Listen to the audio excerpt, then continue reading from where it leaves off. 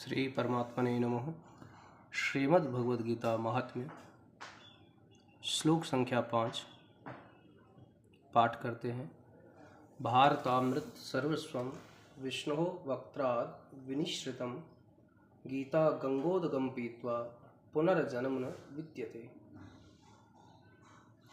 भारत की ज्ञान परंपरा का जो ज्ञान को अमृत स्वरूप माना गया है, इसलिए यहाँ भारतामृत सर्वस्वम कहा है। भारत के सर्वस्व अमृत का जो सार है, अर्थात भारतीय ज्ञान परंपरा का सर्वोत्कृष्ट ग्रंथ जिसे विद्वानों ने स्वीकार किया है, श्रीमद् भगवद गीता। और विष्णु वक्त्राद विनिश्रितम, यह गीत, यह गायन, यह श्लोक भगवान विष्णु के दोनों वक्त्र अर्थात होठों से विनिश्रितम निकले हैं।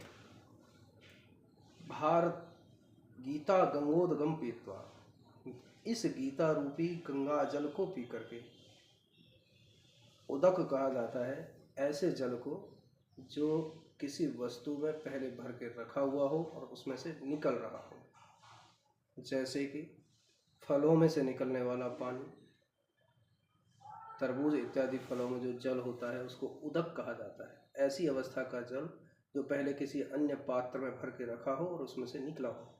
तो गीता गंगोदक जब कहा जा रहा है तो उसका स्रोत पहले ही बता दिया है कि वो निकल कहाँ से रहा है। वह भगवान विष्णु के दोनों अधर ओष्ठों से निकल रहा है। पीत्वा, पी करके, पुनर्जन्म न विद्यते, दोबारा से जन्म नहीं लेना पड़ता है। अर्थात किसी अविद्या के द्वारा फिर से हमारा नाश नहीं होता है। भारत की ज्ञान परंपरा का सर्वस्व इस श्लोक में श्रीमद् भगवद गीता जी को बताया है कि भगवद गीता जी को अगर आपने पढ़ लिया है, भगवद गीता जी का ज्ञान आपने ले लिया है, तो आपको अन्य ज्ञान के स्रोतों की तरफ झांकने की आवश्यकता नहीं। आपका पुनर्जन्म नहीं होगा, दोबारा से किसी और का अध्ययन आपको नहीं करना पड़ेगा।